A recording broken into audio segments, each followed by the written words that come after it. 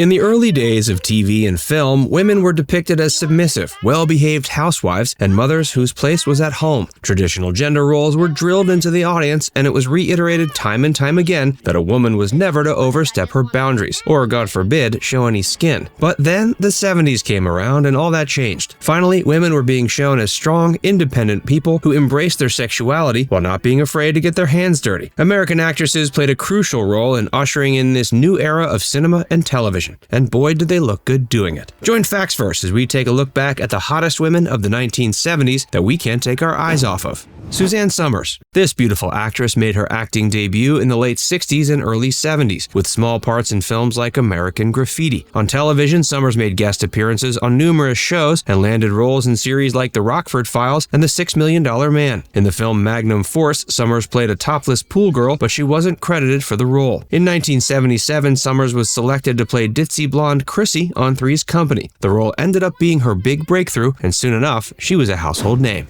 Victoria Principal. This star got her start in movies in the early 70s, appearing in films alongside high-profile actors. She scored her big break when she was chosen to play Pamela Ewing on the hit primetime soap Dallas. Later in the decade, Principal went on to produce and star in several made-for-TV films. Adrienne Barbeau. In 1968, Adrienne made her Broadway debut in the musical Fiddler on the Roof. Several years later, in 1972, she scored the role of Betty Rizzo in the original Broadway production of Grease. That performance landed her a Tony Award nod for Best Supporting or Featured Actress in a Musical. One of her biggest roles in the 70s was playing Carol Trainer in the sitcom Maude, which aired between 72 and 78. The role turned her into a bona fide star and opened up many doors that eventually led her to appear in shows like 8 is Enough, The Love Boat, and Quincy M.E. In the late 70s, her image was used to make one of the highest-selling posters of the decade. That photo of her wearing a light purple lingerie outfit could also be seen on the cover of her 2006 autobiography, There Are Worse Things I Could Do. In the 80s, she became a scream queen when she appeared in films like Creepshow, The Fog, and Swamp Thing.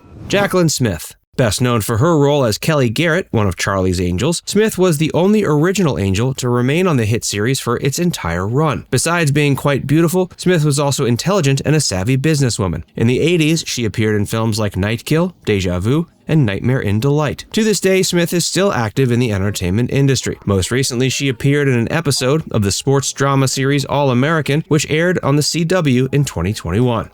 Before we tell you more about the hottest women of the 70s, be sure to give this video a like and subscribe to Factsverse if you haven't already. Chelsea Brown. From 1968 to 73, Brown was a regular on the classic sketch comedy show Rowan and Martin's Laugh-In. She was one of the first black women, along with Diane Carroll, to have a regular role on a network television show. After leaving the series, she kept herself busy, making appearances on programs like Police Story, Matt Lincoln, and Ironside. Eventually, Brown got married to Australian actor Vic Rooney and moved to Australia, where she continued to work in film, TV, and stage productions, while also recording several musical albums. She died of pneumonia March 28, 2017. Charo. This Latina actress, comedian, singer, and flamenco guitarist was first discovered by a band leader named Xavier Cugat. Not long after the two met, they got married in Vegas on August 1, 1966. Cugat was eager to show off his new bride's talent, so he regularly featured her in his stage shows in New York and Las Vegas. From 1965 to 67, Charo made 4 appearances alongside her husband on The Ed Sullivan Show. This gave her national attention, and by the early 70s, she was headlining Vegas shows. When she wasn't busy with her prosperous musical career, Charo appeared on television shows like Chico and the Man and The Love Boat. She starred in a pilot for a series called Charo and the Sergeant in 1976, but the show wasn't picked up. Even so, the taped episodes were still broadcast to American troops overseas. In 1978, Charo divorced Cugat and got remarried to Kale Roston. She then relocated to Hawaii, where she lived for several years before returning to California in 2015. While she's mostly retired, Charo still occasionally makes television appearances. Most recently, she guest starred on a 2020 episode of RuPaul's Drag Race. Gretchen Corbett. Gretchen got her start appearing in a short-lived police drama called NYPD in 1968. In the early 70s, she was cast in the Jon Voight comedy flick Out of It. Not long after, Corbett felt a calling back to the small screen when she was cast in the TV film Let's Scare Jessica to Death. She then signed a contract with Universal and soon found herself cast in the pilot for Kojak. This appearance led to her being cast in several more hit TV shows like Hawaii Five-0, Columbo, and Ironside. She experienced a meteoric rise to fame fame, however, when she was cast as lawyer Beth Davenport in the classic procedural The Rockford Files. After 4 years, she left the show due to a contractual dispute. That didn't put a stop to her acting career, however, as she continued to make appearances in numerous shows over the years. Most recently, she showed up in the comedy series Portlandia. Loni Anderson. This drop-dead gorgeous star was best known for her role as Jennifer Marlowe on WKRP in Cincinnati. She was dazzling, sexy, charismatic, and inarguably beautiful. And she was one heck of an actress who shined in just about every role she took on. Marlowe had her boss, Mr. Carlson, eating out of her hand, but who could blame him? Anderson was one of the most distinguished and noteworthy sex symbols of her day. She oozed with confidence and sex appeal, just like bombshells like Jane Mansfield and Marilyn Monroe had years prior.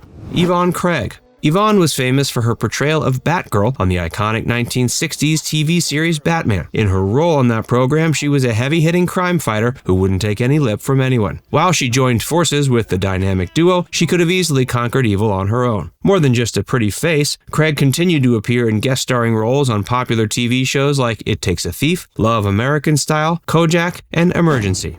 Elizabeth Montgomery. Elizabeth wasn't what audiences expected when they thought of a witch. She was effortlessly witty, impeccably charismatic, and downright breathtaking in nearly every way. On television, she played Samantha Stevens on Bewitched from 1964 to 1972. Although she typically dressed pretty modestly for the role, there was no hiding her perfect 10 figure.